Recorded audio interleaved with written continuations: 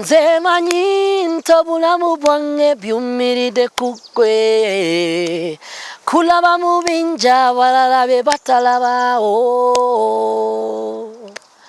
buli kimu kiba tekingasa bw'obanga tolinange. My name is Anto Neosoul. Government name is Anto Neosoul. How did I come to be? So now Uganda, I'm in Uganda for my A-levels. Why did my dad decide to take me to Uganda? I think my dad just thought I was becoming hard-headed. I was always spending too much time at Alliance Française with Akina BA and Akina Polycarp. I wrote some of my first songs with Polycarp, playing guitar, and me like freestyling with Polycarp. So I think my dad is like, hey, this guy, does he really want to go to school? Does he have any plans to go to uni, you know? Unbeknownst to me, I've actually been accepted to go joint admissions board. So I actually can study in Kenyan University. We didn't know. So here I am. My dad decides that I'll go to Uganda for A-levels. At the time, it felt like it was like really cool because, you know, people who came before us, our parents, they studied A-levels in their time. Also, my dad he knew how to balance. He made sure that the school I went to were not wearing uniform. Because I'd made very clear, after we're done with high school, I'm never going to wear uniform for nobody. I mean, just look at the irony of me wearing uniform today. But like, yeah, but the idea, yeah, on my own account, the idea of now going back, and then also we'd had stories of how people live in high school, Kenyans in Uganda in high school, how they'd go back to corporal punishment. And I was like, the whole of my high school, there's no corporal punishment. How am I being punished with a cane in high school again? It's not going to happen. So we were really, it was crazy. So, I'm in Uganda now, and I'm in a school called St. Barnabas in a place called Migade. And we're living the Ugandans, let me say, Ugandans know how to party. Ugandans sing, we had Ugandans who used to play, some of my schoolmates, like on a Sunday like today. So the school was on a hill. So at the bottom of the hill, where, by the way, would fetch water. So by the way, I've come, it's like, and now the more I think about it, my life has always been like that. There's a lot of difficulty, there's a lot of, light in the darkness, and then a lot of difficult, but I always know how to maneuver because I've been through this. That's nothing. I've lived all my life being insulted. You think going to fetch water in the morning to shower is like a big deal. So that water would fetch water in the morning to shower from the boreholes. And then it's hitting me now. Now I understand the idea of hard water and soft water. That water was so difficult to use when you're going to shower. You'd have to put so much soap. And then you'd take the container. There's a way you need to throw it. So it makes like a vacuum sound.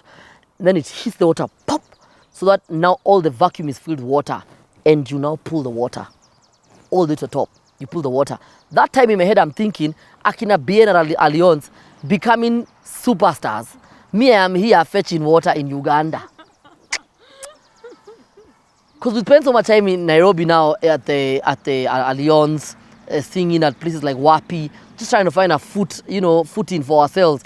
And I felt like I was stagnating. But also, there was an idea of me learning about and how important it is to really appreciate culture. And that's one of the reasons why I ended up becoming a very good live performer. Because I am here listening to the Ugandans play drums. And when I mean play drums, I mean like they were playing, and Ugandans can play those drums.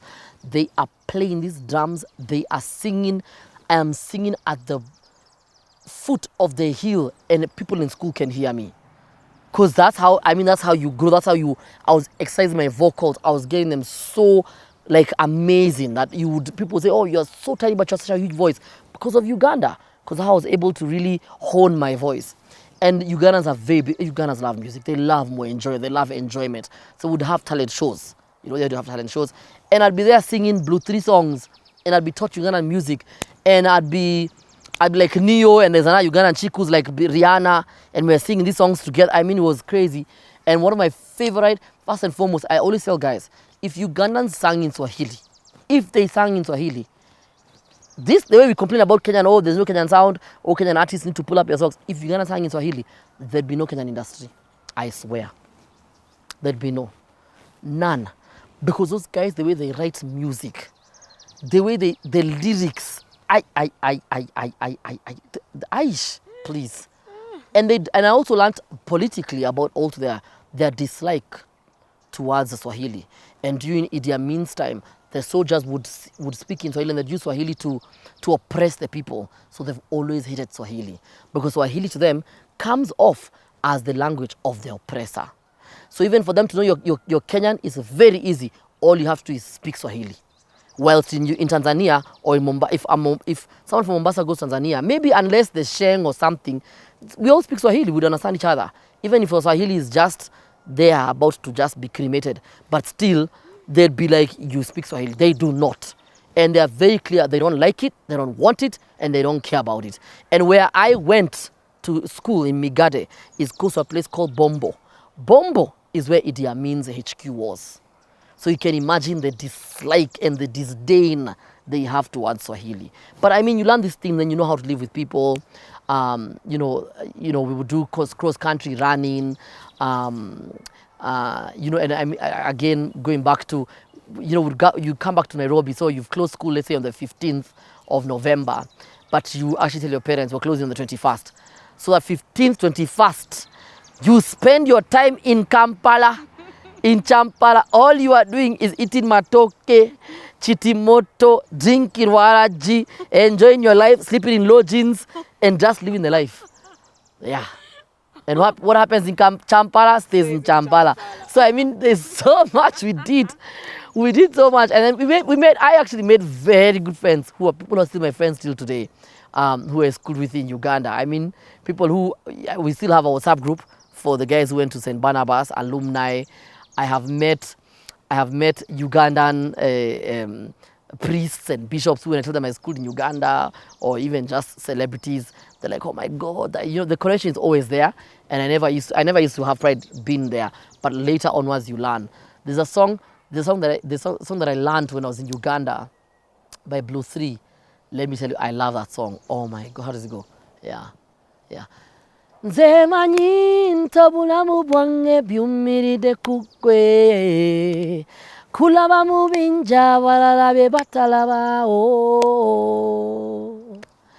buli kimu kiba tekingasa bw'obanga tolinange kati nno njagala ng'okaba nga kaba naawe kasanyuka naawe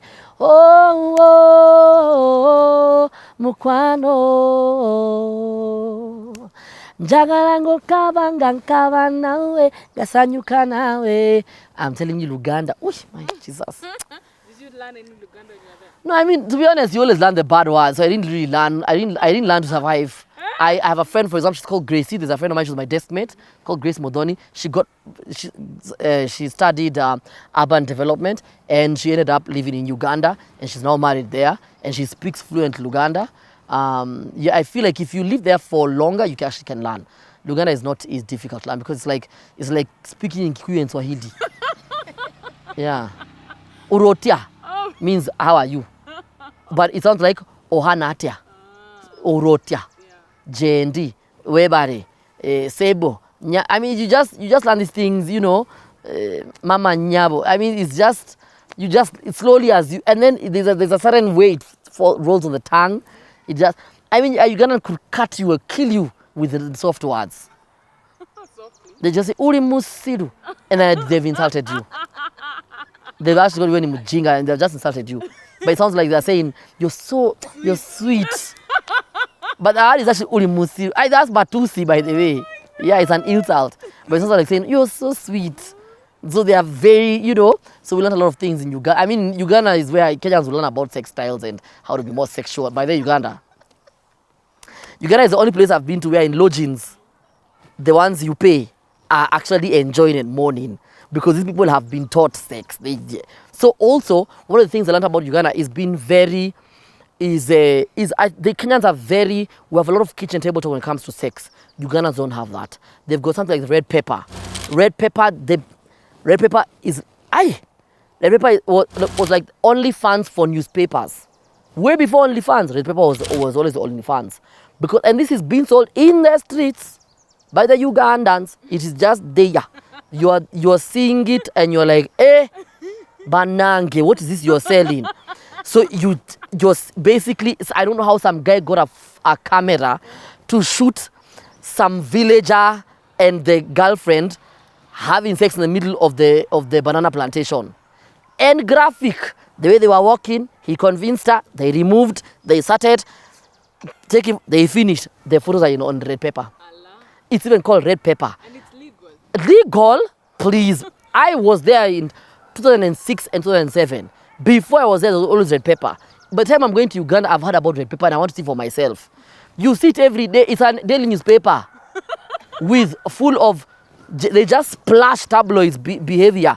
Sexual things, who did what, a man was caught with a chicken, he was roughed up. There's a lady who gave birth to 14 children at a go. I mean, there's things you hear there. You're like, which country am I in? Yes, welcome to Uganda. And then also I realized, I don't know how, because of doing this second-hand clothes selling. It's so funny because the Ugandans will also get some of the camera clothes that we were lacking here in Kenya. So they pay a premium and get some of the best shoes and the best clothes that now started dwindling in Kenya. So you go to like Gikomba and you're like, well, how comes there are no good clothes? They have gone to Uganda and Tanzania. Yep. So even the Tanzanians you see, for example, come and sell shoes in Kenya, they've gotten them from Tanzania, but the clothes all went through Kenya. So it was a very interesting way of seeing how the dynamics, and I really love the idea of songwriting, and they have a lot of songwriters in Uganda. The labels there are quite big. So the likes of Kina Swangs Avenue, Kina Island guys, like Kina Jose Chameleon, they're very big on those things like labels and music. By the music for them is very structured. And I always wanted that for myself when I came to Kenya. And lo and behold, Kenya, vibes and inshallah. So I do my 2 years in Uganda.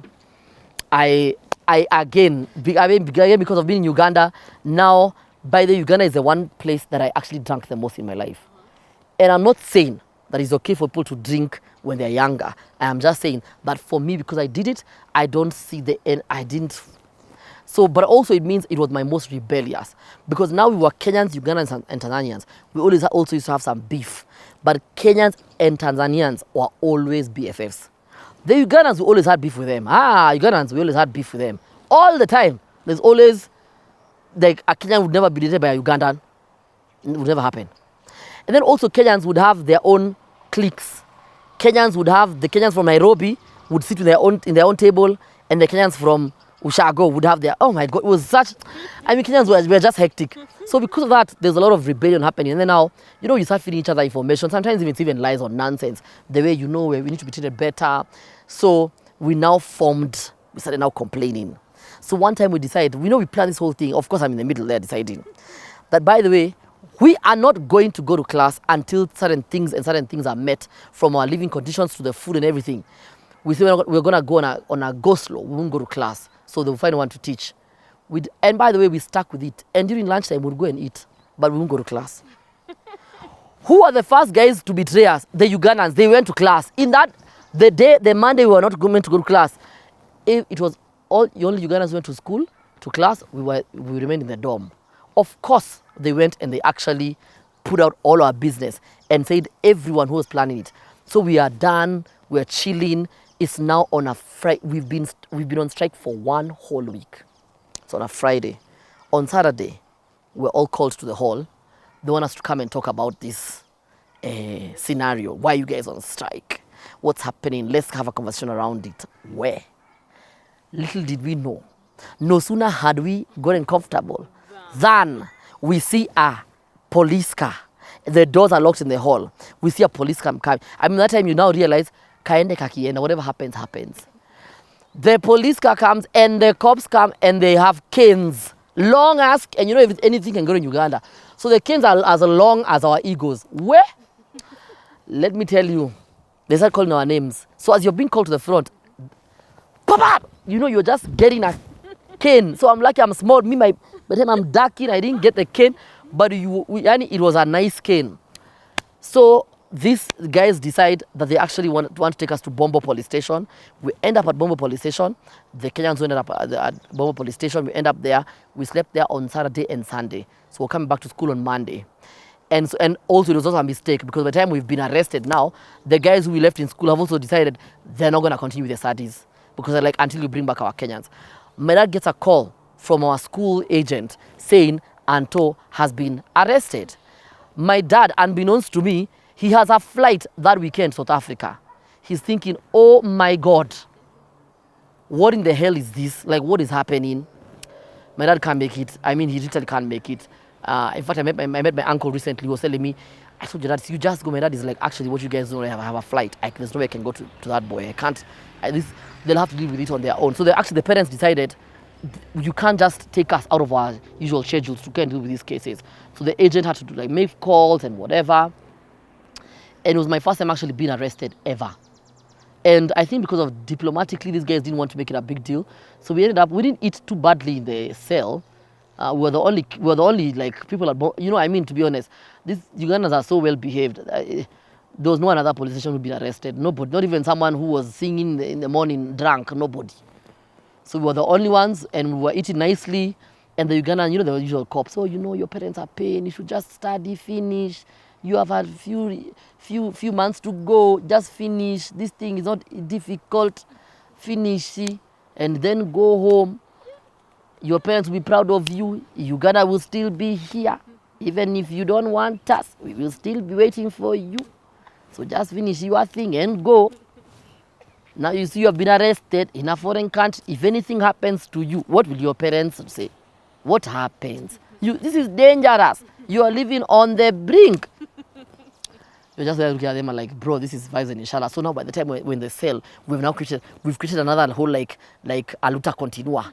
So we say by the time we go back to school, we won't talk to anybody else. We're the only ones. We're gonna live on our own. We won't talk to anybody. And we hope those guys have revolted and caused a fracas since we're over here. We go back to school. Actually, we had a few months to finish our A-levels. And we finished our A-levels, and I actually passed. I was one of the few Kenyans who got called to Makerere and on the day program. I was actually going to study during the day, not in the evening like other students. And I was called to Makerere to study political science. And then, I came back to Kenya, and then I went back to Uganda to go check out my hostels where I would be staying, all those things. When I went back, I realized I don't want to study here. I felt, because by the time when I got my results and now coming back to Uganda, I went back to my usual community of Akina Bien, Akina Savara, Akina Polycarp, getting to meet new producers. All these people who I'm hanging out with, Akina Octopizo, those are people who was Kina King Kaka, that time is called Rabbit. These are the guys, the community I'm building. So in my head, I'm like, if I go and stay in Uganda, I literally, everything that I call music will be taken away from me. So I had to tell my mom, but since my dad was in South Africa, I was like, Mom, let me tell you, first, studying in Uganda is going to be very expensive and very hectic. So apart from just the fees, there's also where I'm going to live, where I'm going to stay. And because I've been called to the day program, it means I can't work during the day. I can't even hustle. So how are we going to pay for all of this? And I convinced my mom to tell my dad, by the way, it's not going to happen. So I didn't go to Makerere. I came back to Kenya, and I think that's how 2008 now and 9 there, that's when the likes of WAPI, which is Words and Pictures, began in Kenya. A platform organized by the British Council to allow young up-and-coming artists a platform for them to perform, to get new audiences, to reach out to existing audiences and new audiences, and literally to build up a career for themselves. So we'd have training sessions, we'd have performances, all those things, would collaborate, would meet each other, and that's how a bit of my music industry began, through WAPI, basically called Words and Pictures, run by Buddha Blaze. It was my first time ever for me to be paid to actually perform. I remember getting paid 15,000 in 2008 and thinking, my guy lies. I was with Polycarp. I gave Polycarp 5K. He was playing the guitar for me. 10. We were walking in town like, we've made it. Don't mess with us. We've made it. So it really helped me to cement and to begin to build these relationships, because at WAPI we have the likes of Kalamashaka coming to WAPI. We have the likes of Ukoflani coming to WAPI. We have the likes of Calligraph. Calligraph and myself would go to Tao to eat fries together. We have the likes of Rabbit, King Kaka, in one of King Kaka's albums, Rabbit's album, then called Rabbit, I'm literally singing every hook, literally every song, every BGV in that song. Because that's the community we had. We only had only us. So that was an interesting journey then. And that's 2008. 2009, now I'm in the, I'm sort of trying to build my name, putting myself out there, doing the most. My cousin called Anne Wangari Njati, she's now Dr. Wangari. So we're interning at the same place. We were working for a publishing house. Again, because of this meeting people, I met a lady called Modoni Gallant at a place called Kwani Open Mic, where I would go to perform. Modoni Gallant has a publishing house called Story Moja. Story Moja is where I ended up as an intern. So I ended up meeting my cousin, who is an extended cousin, when we were both interns. And we realized we come from the same family. So now me and Anne, we call her, she's now called Dr. Wangari. When you live in the States, you realize, hii Anne nabeba jina ya wazungu napeleka wapi. So she's Dr. Wangari. So we're in town outside of Hilton. One of the days we've left work. But Hilton, we were getting paid there 10,000 bob to work as interns. And I actually thank Modoni Gallant because she was paying interns in 2008 and 2009, And we're meeting a man called Lenny Juma. He's a casting director. Anne has written a script. She has an idea that this script could actually go into production. So we're standing outside of Hilton, waiting. Lenny Juma comes. He's literally one of the biggest casting directors in Africa. He's been on Tomb Raider. He's been on The Lions of the Man-Eaters of the Savo. He's done a lot of work. So he meets Anne, and he talks to her about the script. And then I used to wear this fedora hat. And then he asks me, "You have a very interesting look for TV. Would you like to be on TV?" I'm like, "Yeah." So he tells me, it was I think on a Monday or Tuesday, tells me, "I want you to be here on this day at this time on Thursday." Then he always used to work with a camera. And he took a photo of me. And on that Thursday, I ended up at an audition. It was just a room full of Indians and also a room full of Kenyans who have, who've come for the audition. And when I entered the room, they started laughing because they'd already shared my photo with them. So as we're doing this audition, they've already picked me to be the face of this particular campaign, which is when when Telecom Kenya was moving to become Orange, Orange in Kenya. And so I ended up on that campaign. I was the face of the campaign. I was in the print campaign. I was in the video. I was every single place. I was in the billboards everywhere. Yeah, bro. I'll never forget. It was also my first interaction with good money. Sure. Hey, let me tell you. I think I got paid. I don't know if it was 300,000. Me, I felt like the world should just stop. In 2008? 2008. Wow. For that whole nationwide campaign. That money was good. And then these guys made a mistake. When our contract ended, they didn't put on the billboards. So now we would get calls of guys saying, nakuona Meru. I'm like, what do you mean nakuona Meru? Me, I'm not. That thing ended. We went back to the office, asked for more money. My rebellious nature, I convinced everybody, let's go get more money. We walked out of that office, each one of us with 80,000. Each and every one of us with 80,000. Let me walk in the middle of Tao. Unajiuliza, hey, na kunaenda aje huku? Fries were what time? Like 50 bob or 70 bob. If you remove 1,000 bob like this, you are a target. So anyway, so that's how I ended up on that campaign. And then the same Lenny Juma, he is casting for a show called Siri. That is a sexual and reproductive health show to highlight issues surrounding HIV and AIDS, discordant couples, around poor working conditions. It was the whole plethora of ideas, but around SRH, which is Sexual and Reproductive Health Campaign. They're looking for someone who will act as the poster child of a spoiled brat. And they can't get this person.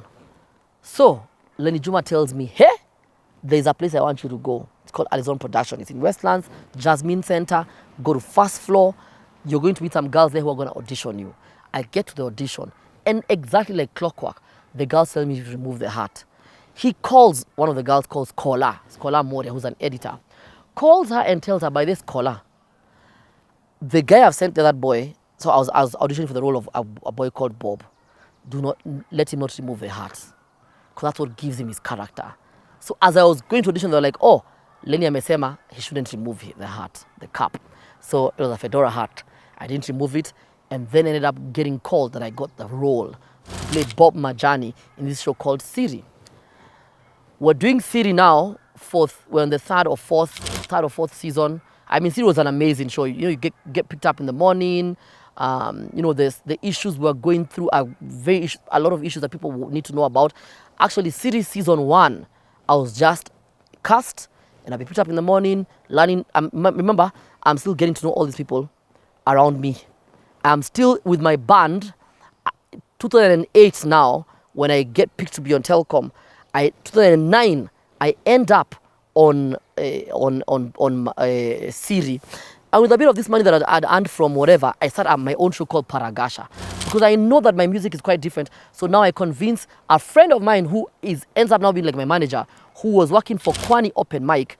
We had Kwani Open Mic on Tuesdays, every last Tuesday of the month at Club Sound in Nairobi. There was Kwani Open Mic. So I convinced him to convince the owner that let me have every first Tuesday of the month to do Paragasha nights.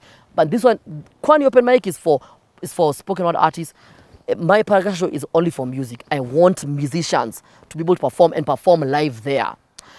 And one of the things I'm learning here is about relationships and how to keep these relationships. Because the guy who did sound for me in 2009 is still the same one who's just shot a tiny desk sort of performance for me in 2023. So I have been working with this guy for exactly 15 years. So also building relationships as we go along the way. On season 1, like the way we're in this nice green place here, we're in Tigoni at the late Nginyo's farm. And a gentleman called Rio Alves, who's one of the career directors for Siri. He was he was from the advertising agency that was advertising Siri and coming up with creative concepts and all those things.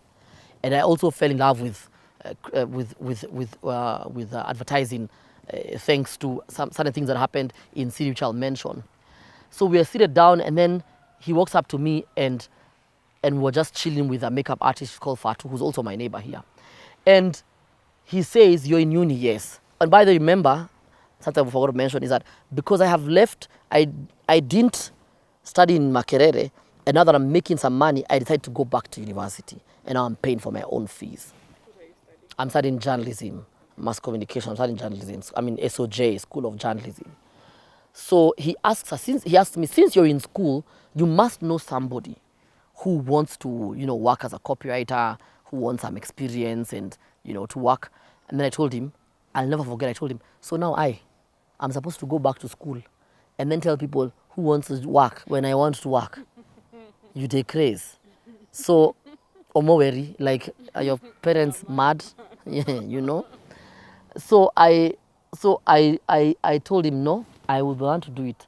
So he gave me a date and told me, come to school, come to Brainwave and go look at an advert and tell me how you'd have done this advert 5 different times. And for me, I picked the easiest advert, which is the orange advert. It was them celebrating, I think, something to do with Jamhuri Day. I picked done something with the park. I picked it and said I would have put five giraffes on this to say that calling is 5 minutes, five bob a minute. I would have done something to just show the idea. And for me, it was like on your face advertising to show that for orange, it's 5 shillings a minute. So it's 5 giraffes, but very weirdly placed. So it's like, hey, it's on your face. We don't have to hide our rates. And he was so impressed. And that's why I ended up working in advertising. So now I'm inside. I'm no longer an outsider. And Brainwave are still the guys who are running the advertising for Siri.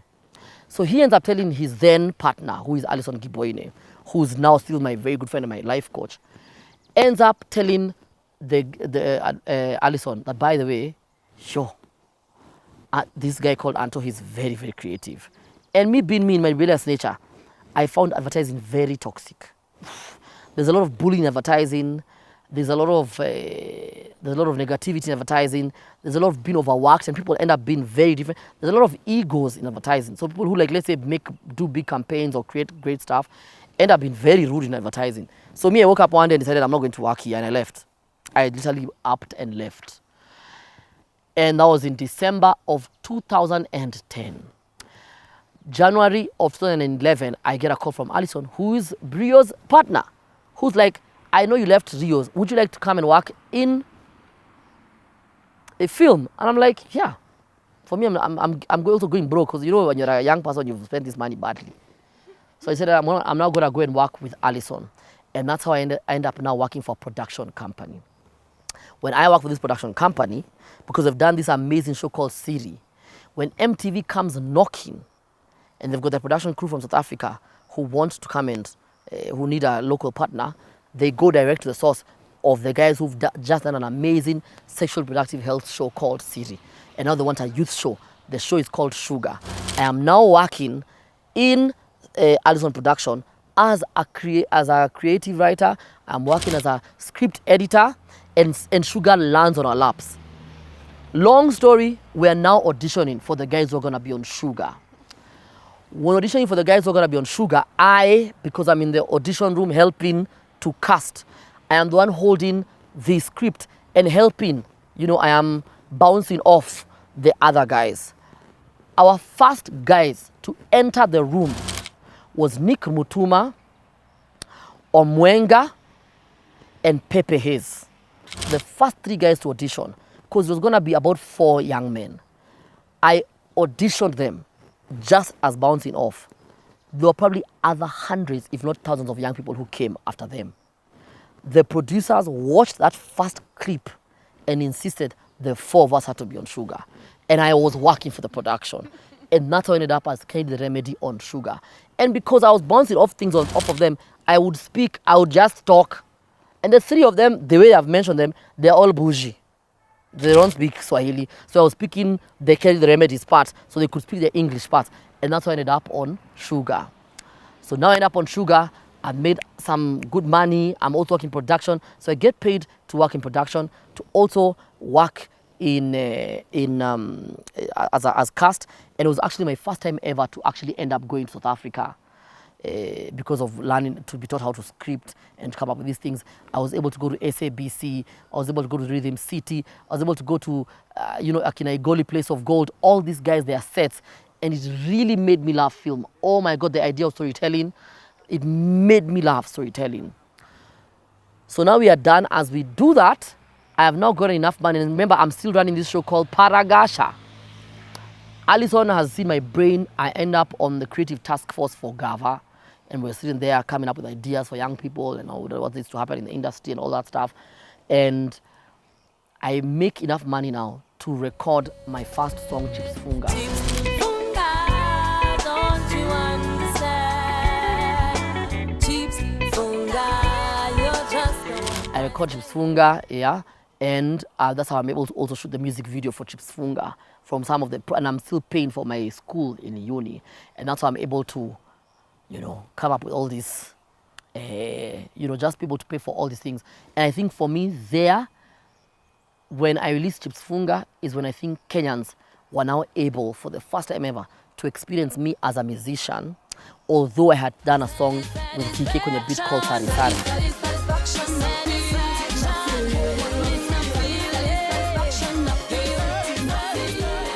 Which I never wanted to record. Because of hosting Paragasha, I mean, my voice would get tired. I don't want to go. I don't want to record. This guy wants us to record in Ngong. Me, I don't want to go for this recording. DK Kwenye Beat had to come with a car to my house to pick me. I drank so much dawa that day. I think I was smelling like lemon. I drank so much dawa because DK Kwenye Beat was insisting I had to record that song with him. I had to record the song with him. And that's when I ended up recording Sari Sari. And I wasn't in the music video because that's a story for later. We're now still in 2011. And I shoot Chips Funga. I'm from Donholm. We don't have Wi-Fi. So I go to my friends at Good on Art Center. So I'm there with my laptop. They think I'm just like using it to work, but I'm actually uploading a video to go on YouTube. So I upload by the time I got to school, by the time classes were over at 8:30, I'm leaving. My video has comments. I'm like, I didn't know what going viral was, because that time we didn't have Twitter, we didn't have all these things. But I went viral on YouTube. Everyone is talking about the song, and that's how Chipsunga became a thing. And I think that's how my music sort of career began. To be honest, the journey now will become, that's why it's too long. But I mean, that's where now I decided I have my band. I'm now working with my band. We're now working on songs like Paid My Dues with the likes of Dili, Peter Nduati of Pine Creek Records. He's on a flight, I think from Joburg or somewhere. He hears a song on the KQ playlist, and he's like, yeah, I have to look for this guy, whoever this guy is. Decides to sign me, and I get my first deal for my record label. That's the whole story around it, and how you're always told you should never meet your no, not Destiny Helpers. I mean, me and Peter Nduati are still close till today, but there's certain artists I met along the way who you say you should never meet your idols. You should never meet your idols, because you'll hate them. You'll be like, guy, I wish I never met you. I mean, I met certain artists along the way who are like, these boys don't want, these guys are mean. So there's a lot of things that happen along the way that you learn, but that's how Kenyans got to now experience me and got to know me, and I released my first album. But also, again, while I'm on this, I mean, I don't want to make it look like it was such an easy journey for me, but I feel like because I suffered all my life, God was making it a bit easier. Because when I'm now, I get interviewed by Anita on Teen Republic because of Chips Funga and how everyone is talking about Chips Funga and Paid My Dues. And Anita interviews me, and the producers of producers at Nation see the interview, and they're like, by the way, we're looking for a male host. And Anita, and you said Anita and Anto don't know each other. I'm like, yeah, I've never met Anita. They don't know each other. This was meant to be. She's going to be our male host. It was also my first time to experience being trolled online, because apparently they decided that my interview with Anita was like so good I should be a co-host. Little did I know that they were actually doing auditions. So when I was here given handed on a silver platter, the ones who are not, and their friends and their families, came for me on social media. Me, I'm wondering, where am I catching strays? What have I done? Kumbe, it was what? Because of this being on, and that's ended up on Teen Republic. Whilst I am on Teen Republic, I get interviewed by CNN Africa Voices, by Zain Vaji. And I think people shouldn't see that my life is easy. What they should learn is my interpersonal skills. I think I have very good interpersonal skills. We host Zain Vaji on Teen Republic. We host her, and we make her do the Gangnam Style dance. She then comes to Nation to meet, because she was working at Nation. She comes to meet Nation and meet Linus Gitai, the CEO then, and tells Linus Gitai, I have never been interviewed by anybody and felt as good as when these two young kids interviewed me. Hey? Linus Gitai was like, what? Bro, it's a rap. You know, Yani was just like everything. So for her to also now support my upcoming album in 2014, 2 years after we've interviewed her, in 2013, 2014, 1 year after, she decides that I'm going to be on CNN Africa Voices. So we can talk about what? We can talk about my album. And that's ended up on CNN Africa Voices. The radio guys at Easy FM, Nation, now it's been rebranded to Nation FM, see my interview at CNN Africa Voices. And the boss there says, what? Yani, you just hang out with us over here, but you're actually a bloody big deal. I'm like, yes, I'm a big deal. Kwani ni nini? Kini big deal. So I'm given a ticket to literally get my own show on radio. Like, choose whatever show. I decided to choose the late night show, and that's ended up on radio, and that's how my radio journey began. And I think now I'm maturing into, getting into my own self. I've even forgotten in 2012, before this, whilst I'm now doing, 2012, whilst I'm now doing Teen Republic. In the middle of doing Teen Republic, I get cast to go and perform in Europe. And the person running the agency, running the production, is Senator Gloria Oroba, who's now the senator right now. She was the one doing that then, 2012. I get cast in her production to go to Europe, and I was in Europe for 89 days, performed at 67 theaters, fully packed. I mean, it's just close to winter, so they're at the end of summer, so they're packed with all these white people, Dutch people. It was Netherlands, so the Dutch, Belgians, and in Luxembourg, and in Belgium.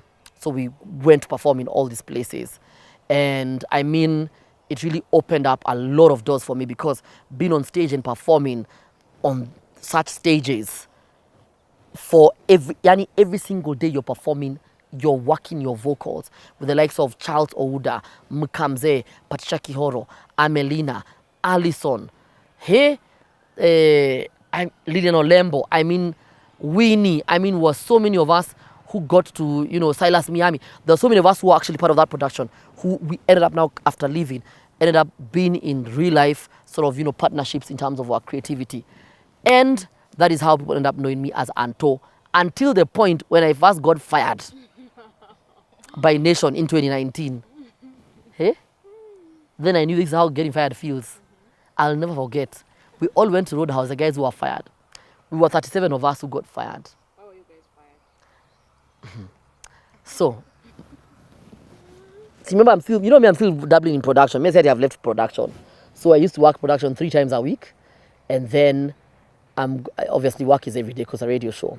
So my show's in the evening. So my pal Fanis, who's still my pal till today, Fanis Kerubo Onchimbo, we were there with her at 3D. 3D is on Gong Road. We always used to go there for like lunch or whatever. So you guys, if you know 3D, hey! The only product placement I've done here for free is 3D. The food is... I think Nani told me, I don't know if he told me he'd surprise us after this shoot, he will go there. Wow, set manager. Yeah, Sam is producer. He's taking us there. He's taking us to 3D after we leave here. So we're at 3D, and we get a text from was it Wes? He's called Wes. Yeah, Wes was our producer then. From Wes, telling us to pass by Nation at around 12 to 2 p.m. that we should pass by there. The funny thing was, I got this message around 2 p.m. So I'm saying, kwani hii message ni watu wangapi? How many people are like, we didn't know what was happening. He messaged, so I told these guys, anyway, I'm supposed to go to Nation a bit earlier. So, and I still have work until 5. So I don't know what's in my head. I'm like, see, one of us will go. So Shiro, so now that's Shiro Morioki. I was like, I know Shiro will probably go before me, so we'll find out, because I was doing the show with Shiro.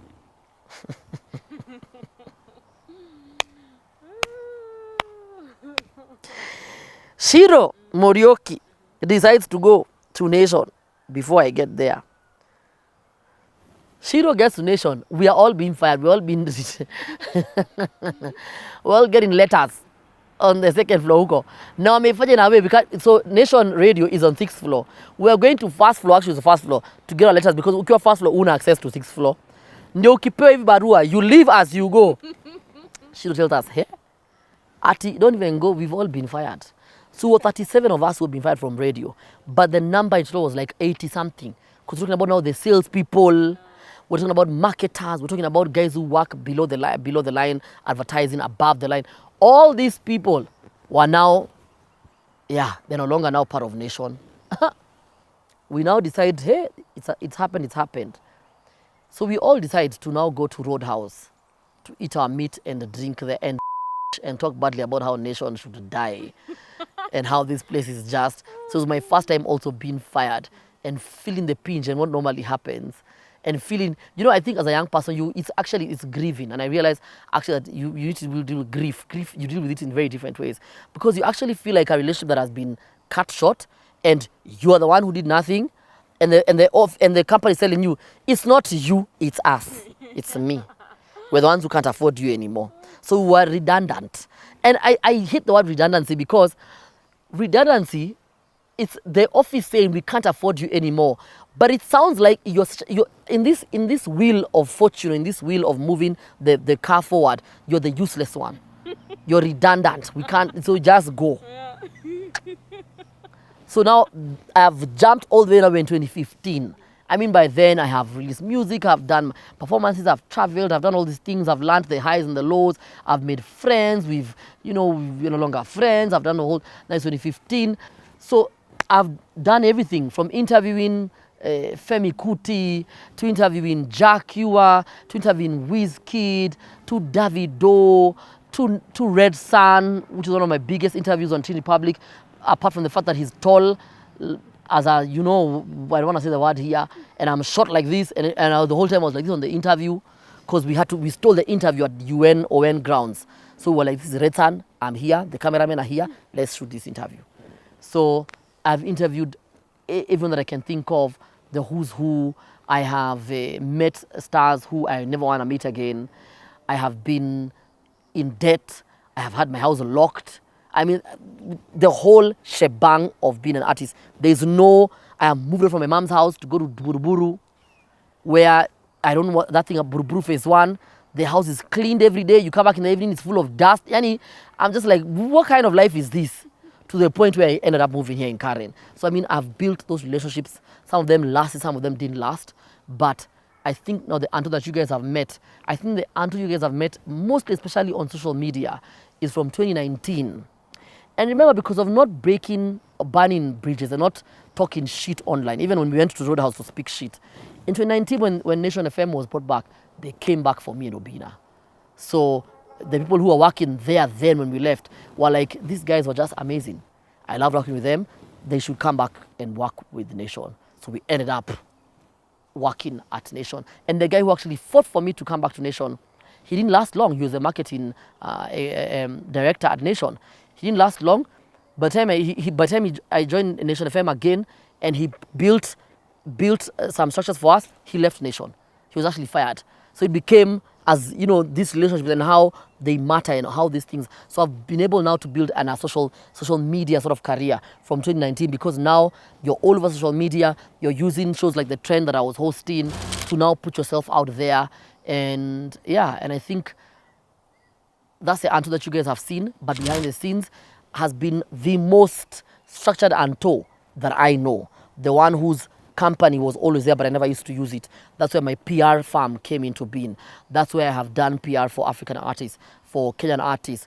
Behind the scenes, wouldn't even been known that I'm the one who's done, let's say, PR for a song like Walangolo by Mr. Easy and Conscience, doing PR for Ira Star, doing PR for Bayani, Tata the Remix, doing PR for that's Maven Records, doing PR for Platoon Records.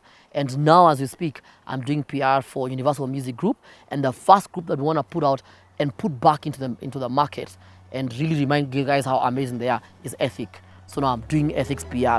So you can imagine, but all this stuff is because of the relationships that I've built with people.